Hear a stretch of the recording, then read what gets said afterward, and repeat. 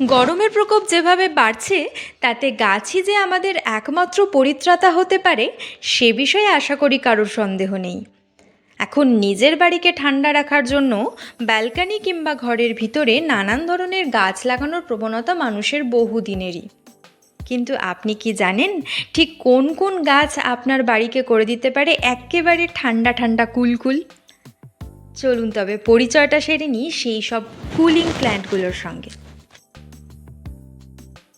ছবি দেখে নিশ্চয়ই বুঝে গেছেন এটি হলো স্নেক প্ল্যান্ট। আপনার শোবার ঘরের জন্য একেবারে উপযুক্ত একটি গাছ। এটি বাতাসে অক্সিজেনের মাত্রা বাড়িয়ে বাতাসকে বিশুদ্ধ করে, তার সঙ্গে ঘরের তাপমাত্রা কমিয়ে আনে অনেকটা। তাই ঘরকে ঠান্ডা রাখার জন্য আজকেই আনুন সুন্দর একটা স্নেক প্ল্যান্ট। আমাদের সকলের আরও একটি পরিচিত গাছ হলো মানি প্ল্যান্ট। সবার বাড়িতেই মানি প্ল্যান্ট মোটামুটিভাবে আছে, তবে মানি প্ল্যান্টের বিষয়ে আরেকটা তথ্য আপনাদের দিয়ে রাখি।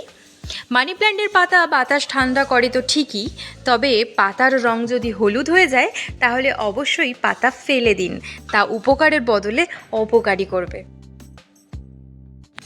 ইনডোর প্ল্যান্ট হিসেবে খুবই জনপ্রিয় পাম গাছ। এটি ঘরের বাতাস থেকে দূষিত পদার্থ টেনে বের করে নিতে পারে, আর পাশাপাশি তাপমাত্রা কমিয়ে দেয় অনেকাংশে। সৌন্দর্য বৃদ্ধির সঙ্গে সঙ্গে আপনার ঘর থেকে দূষিত বাতাস টেনে বের করে বিশুদ্ধ অক্সিজেনে ভরিয়ে তুলবে স্পাইডার প্ল্যান্ট।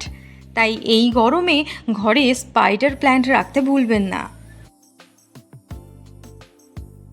এবারে আসি অ্যালোভেরার কথায়।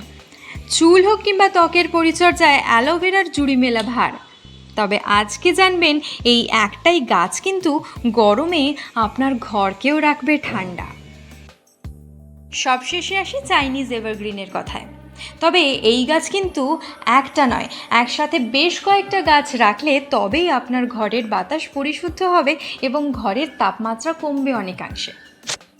ভিডিওটি যদি আপনার জন্য কার্যকরী হয় তাহলে শেয়ার করে দিন আপনার বন্ধুদের সাথে, আর সাবস্ক্রাইব করে নিন চ্যানেল সমাধান এই ধরনের আরও ইনফরমেটিভ ভিডিও পাওয়ার জন্য।